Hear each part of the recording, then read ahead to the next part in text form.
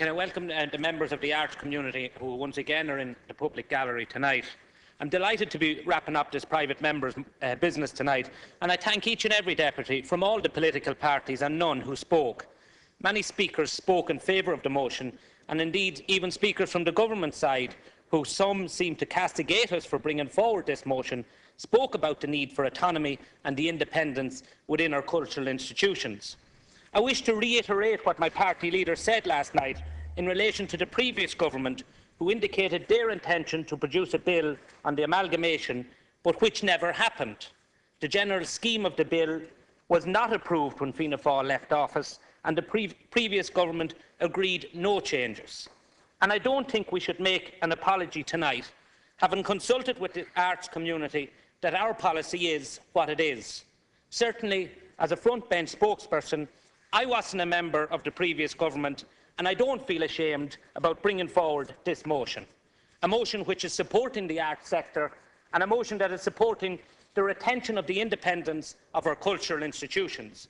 Fianna Fáil has a proud record in relation to the arts, whether it be from the arts exemption, the tax relief from the film industry, and investment in so many venues throughout the country, opening up arts to the wider community. As a matter of fact, if I was to speak tonight in relation to the number of policy changes that this government has taken on board since the last general election, I would eat into my 10 minutes.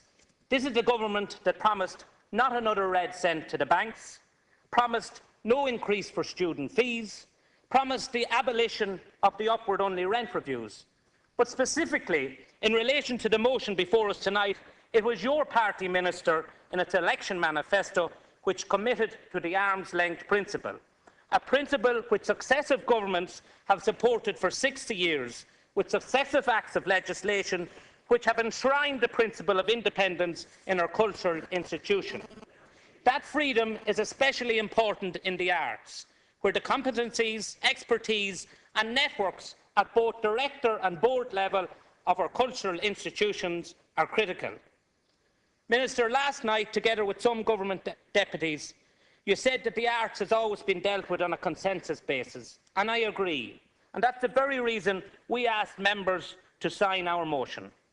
I wish to acknowledge your commitment to the arts since taking office, and the manner in which you protected the arts budget last year, with only a 3% reduction.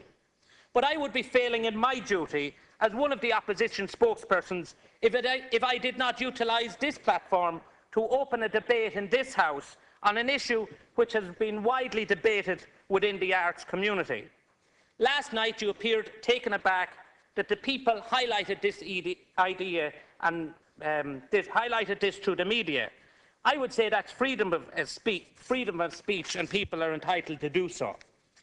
Your government published a public service reform plan which includes proposals for these mergers back in November 2011, almost 9 months ago.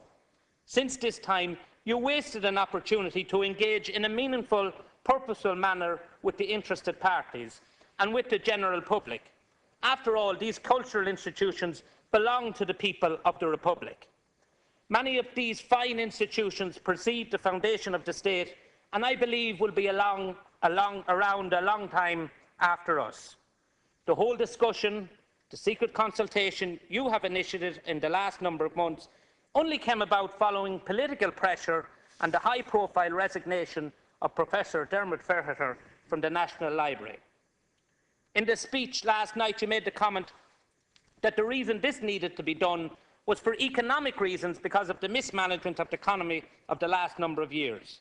Indeed, it's disappointing to hear tonight deputies comparing funding to the arts with reductions in other services.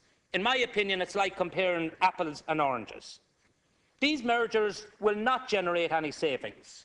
They're a box-ticking exercise, so you can go back to the Minister for Public Sector Reform and say you've reduced the number of boards within your department. These are no quangos, they are our cultural institutions. And what a fantastic job they're doing.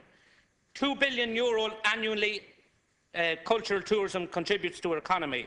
Over 1 million visitors to the National Gallery. This is not about money, as I have repeatedly said, and as members of the arts community have repeatedly said. They want to engage with you, Minister. They want to bring about real reforms that will generate greater efficiencies and cost savings, but at the same time maintaining their independence. As I said last night, the galleries, the National Gallery, IMA, Crawford, have all made a submission to your department on how they can achieve greater efficiencies by utilising backroom services and shared resources, which you were on the record yourself as saying is a good document. Tonight, we are effectively talking about what will be a government decision. You, Minister, have the ideal opportunity. This is your department, you are the Minister, and you are the person elected by the people. And I know you feel it an honour to serve as Minister for Arts and Heritage. You have the responsibility to drive policy in your department, not any unelected bureaucrat, not any unelected official. The buck stops with you. And I think, Minister, you should not renege on that. It is your opportunity to pursue your policy. And again, I don't doubt your commitment to the arts. You did say in your own election manifesto that you would maintain the arm's-length principle in relation to our cultural institution. You are now in a position to do that. All that we are looking for on this side of the House, and all the people within the cultural institutions themselves are looking for, they realise that savings must be made. They realise that they cannot be exempt from any reviews. But what they want, and what is crucially important in the interest of our cultural institutions, is that each cultural institution retains its own autonomy. Each cultural institution retains its own independence. And they can only do so by retaining their own boards, by retaining their own directors, and ensuring open competition for all future appointments of directors of our cultural institution. You mentioned last night, Minister, about an advisory group. I got worried when I heard that. Is it that you're going to propose an advisory committee of one size fits all? That one advisory committee will advise all our cultural institutions? That won't work, because the board of each institution presently has a skill set, has a scholarship, and has the expertise to the activities of the institution of which board they serve. Apart from this, they also play a pivotal role in securing sponsorship, fundraising, and at looking at ways in reducing their financial dependence on the state. This will be all lost if you proceed as planned. The boards are not a financial drain on the exchequer. Just one speaker, Deputy Tom. 2 minutes. Members are honoured and privileged to serve and share their expertise for the protection and enhancement of our cultural institutions. They're not on the board for any financial remuneration. Don't tell me Professor Dermot Ferracher was on the board of National Library for financial remuneration. Don't tell me that Paul McGuinness, the manager of U2, one of their greatest, most successful bands in the world, was on the board of the Arts Council for financial remuneration. These people, and I'm only using these as an example, these people, like so many others, are on the board to give of their expertise to a field in which they know best. I'm wrapping up, Chairperson.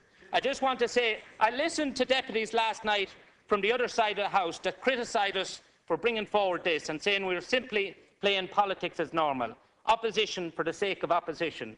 I'd like to remind the deputies that they were very happy of our support in the recent fiscal treaty, and that was widely acknowledged for doing so. But one thing I will say, and I will not renege in our responsibility to hold the government to account. There has been no cost-benefit analysis carried out here. There has been no meaningful consultation. There is no service plan in place to identify how any of the proposed mergers will actually enhance the service that are currently provided. And I know, given the party whip system, our motion will not be carried tonight.